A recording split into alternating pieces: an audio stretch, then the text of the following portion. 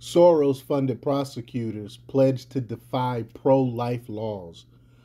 Of course, George Soros will have his hand in dealing with this death cult that we got going on in this country, and these prosecutors that want to openly defy the Supreme Court. I think they should lose their law license. I think they shouldn't practice if you can't listen to the Supreme Court. Uh, that's who's the head of who interprets the laws of the land. Then how can you call yourself a lawyer? I mean, so they need to lose their licenses. But before we get started, go ahead and hit that like button. Share this out so we can get this information out there. Subscribe if you're not already a subscriber. And hit that alarm bell so you know when I'm putting out new stuff. Also, check out my link tree in the description. It has a link to my Patreon where I talk about things I can't talk about here.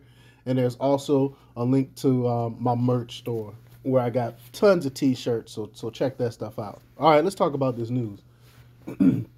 Dozens of progressive prosecutors, many of them funded by left-wing billionaire George Soros, has signed onto an open letter signaling their intention to defy state laws that would impose limits on abortion.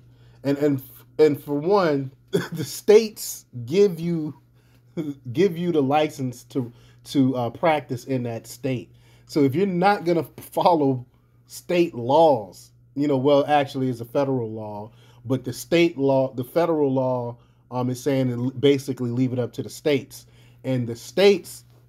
So it would be the state law. So if you're in a state that doesn't allow abortions, then you're a prosecutor of that state, you would have to prosecute people that would do the abortion. I mean, if you're licensed by that state, it makes no sense. So you should lose your license if you don't do that. I mean, it's plain and simple.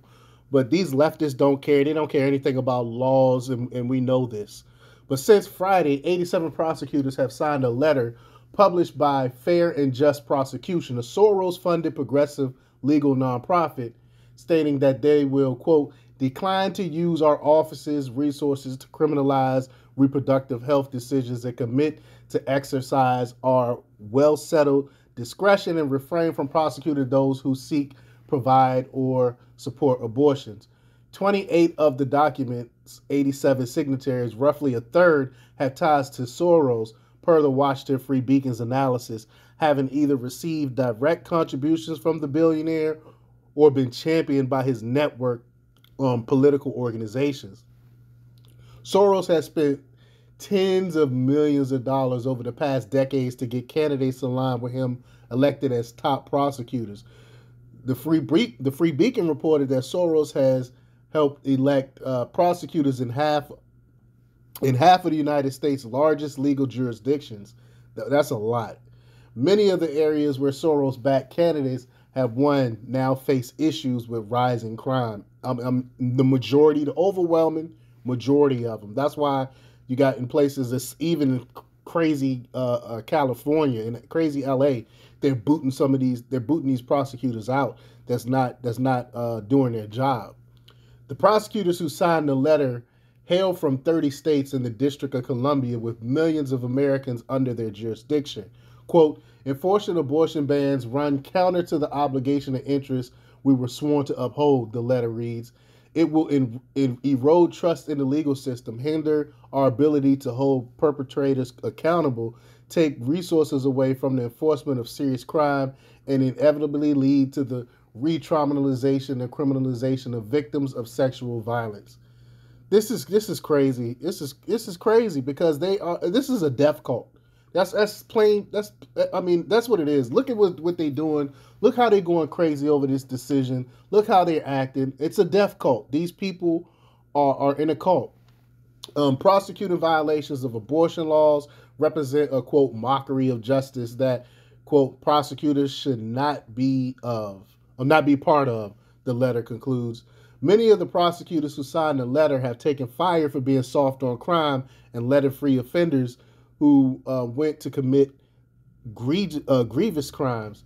Los Angeles County District Attorney George Garcon lessen penalties for repeated offenders within his jurisdiction, and was later sued by the union representing the county's deputy district attorneys over the policy changes. And I did a whole report on that.